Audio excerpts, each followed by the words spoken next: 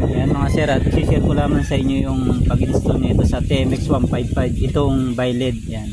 Ordinary yung Byled lang to, nabibili sa Shopee. Mura lang to. Nabili ng customer, 200 plus lang daw. Share ko lamang sa inyo yung pag-install dito. Yan.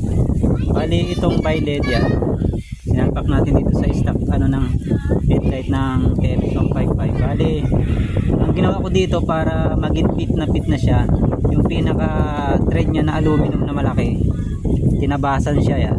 Pinutput siya para lang may pasok yung pinaka thread lamang niya, kasi pag yung aluminum niya napakalaki, bilog na bilog, pag ipapasok mo dyan sa loob maaaring magasgasan yung mga wire sa vibration. Kaya ang ginawa ko, pinutput ko yung pinaka mga lirings ng aluminum niya para sumakto lang doon sa loob yan mga sir. Naka-thread lang, tapos binalutan ko lang ng tape to para hindi makasugat yan. Tapos ito yung mga wire color coding niya sa Byled.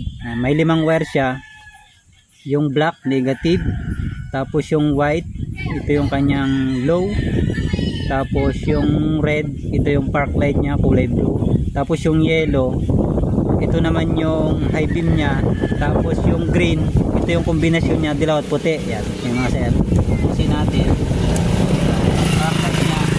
park light siya na blue, park light siya blue, tapos low niya puti, high niya dilaw. Bali yung kombinasyon ng white at saka yellow hindi na pinalagay ng customer yan. Bali white at saka dilaw lang. Yung low niya white, tapos yung high niya dilaw. Yan. Tapos nilagyan ko lang siya ng socket para plug and play lang. Yan mga sir. Bali tatabasan nyo yung pinaka aluminum thread niya. Ang ititira nyo yun lang yung pinaka thread niya para mairoscas nyo, para maiksi lang yung niya, yung pagitan niya dito. Kasi pag yung hindi nyo tinabasan, pag pinasok nyo dito sa loob, masyadong malaki yung bilog, magagasgasan pa yung mga wire na yan. Kaya ito mas pinaka maganda siyang pagkakalagay mga sir. Yan. Ayos sa TMX 155. Ganda pala nito. Ganda to sa gabi. Yan mga sir. Yan lamang mga sir, sineshare ko lamang sa inyo. Baka gusto niyo install to sa mga motor nyo.